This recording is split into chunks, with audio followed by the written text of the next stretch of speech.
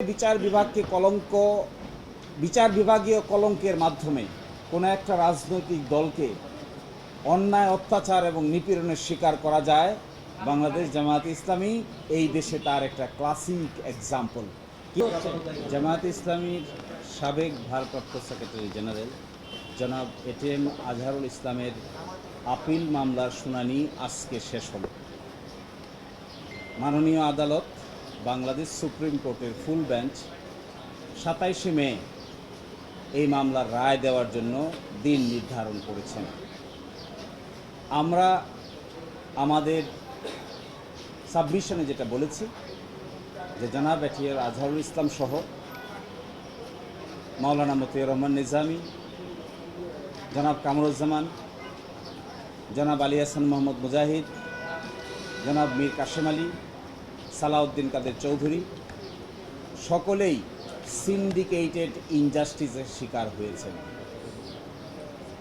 এবং জনাব কাদের মোল্লা সহ সকলেই একটি সংঘবদ্ধ অন্যায় অবিচারের শিকার হয়েছেন। এই সিন্ডিকেট কারা ছিলেন, কিভাবে ছিলেন তা আমরা আদালতে আজকে উপস্থাপন করেছি এবং আমরা একজনের স্বীকারোক্তিমূলক জবানবন্দি যা তার বইয়ে তিনি উল্লেখ করেছেন সেটাও আদালতে উপস্থাপন করেছি।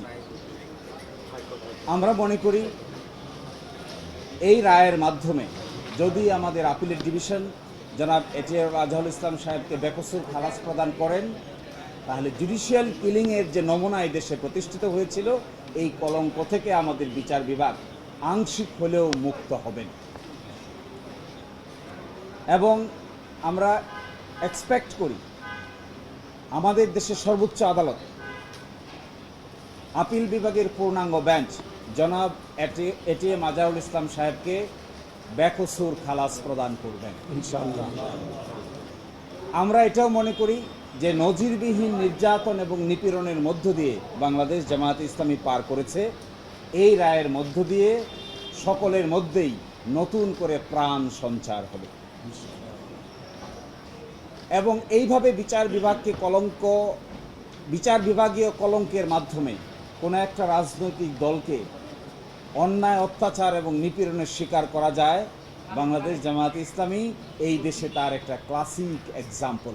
কিন্তু যারা এই নির্যাতন নিপীড়ন করেছেন, হত্যা করেছেন, ফাঁসি দিয়েছেন, এনফোর্স ডিজেপিআর করেছেন, আয়নাগর বানিয়েছেন, শেষ পর্যন্ত তাদের শেষ রক্ষা হয় নাই। এখান থেকে সকলের এই শিক্ষা নেওয়ার বিষয় আছে। সকলকে এখান থেকে শিক্ষা নিতে হবে যে নির্যাতনের রাস্তা, নিপীড়নের রাস্তা শেষ পর্যন্ত ভালো ফল বয়ে আনে না। এবং আমরা এটাও আদালতকে বলেছি যে জনাব এটিএম আজহারুল ইসলাম সাহেবকে, তার বয়স ছিল তখন 18 বছর। 18 বছর একজন বয়সের ইন্টারমিডিয়েটের ছাত্রকে তারা কমান্ডার বানিয়ে সাজা দিয়েছেন, যেখানে ট্রাইব্যুনাল তাকে কমান্ডার হিসেবে উল্লেখ করেন নাই, কিন্তু আপিলের ডিভিশন নিজ উদ্যোগে তাকে কমান্ডার হিসেবে আন্ডার সেকশন 4 সাবসেকশন 2-তে সাজা দিয়েছেন। এবং আরও ইন্টারেস্টিং বিষয়, আইনে যে ক্রস এক্সামিনেশন করার সুযোগ ছিল সেই সুযোগটি আমাদের আপিল বিভাগ চিরতর বন্ধ করে দিয়েছিলেন। আমরা কন্ট্রাডিকশন নিতে পারতাম না। আজকে আমরা এটাও দেখিয়েছি, গতকাল পরশু দিনে দেখিয়েছিলাম 6 কিলোমিটার দূর থেকে দেখছে, 3.5 কিলোমিটার দূর থেকে দেখছে, একজনের ডান হাতে আরেকজনের ডান গালে থাপ্পড় মেরে দিচ্ছে, বাম গালে থাপ্পড় মেরে দেওয়ার কথা সেটি ডান গালে থাপ্পড় মেরে দিচ্ছে।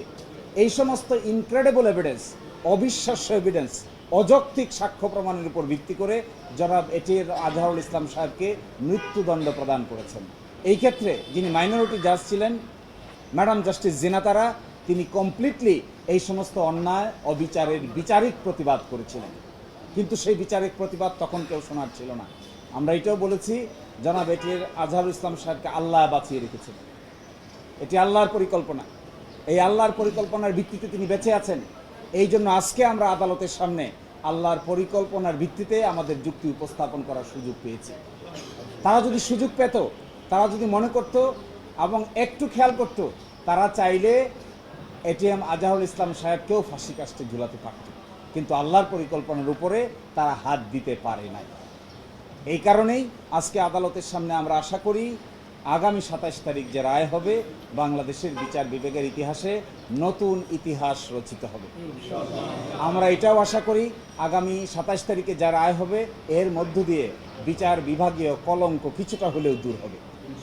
আমরা এটাও আশা করি যে যে জুলুমতন্ত্র কায়েম করা হয়েছিল এই রায়ের মাধ্যমে জুলুমতন্ত্রের কিছুটা হলেও অবসান হবে। এবং আমরা এটা এক্সপেক্ট করি সিন্ডিকেটেড ইনজাস্টিস যারা করেছেন এই সিন্ডিকেটেড ইনজাস্টিসের সঙ্গে যারা জড়িত ছিলেন সময়ের ব্যবধানে একদিন না একদিন তারাও বিচারের সম্মুখীন হবেন ইনশাআল্লাহ।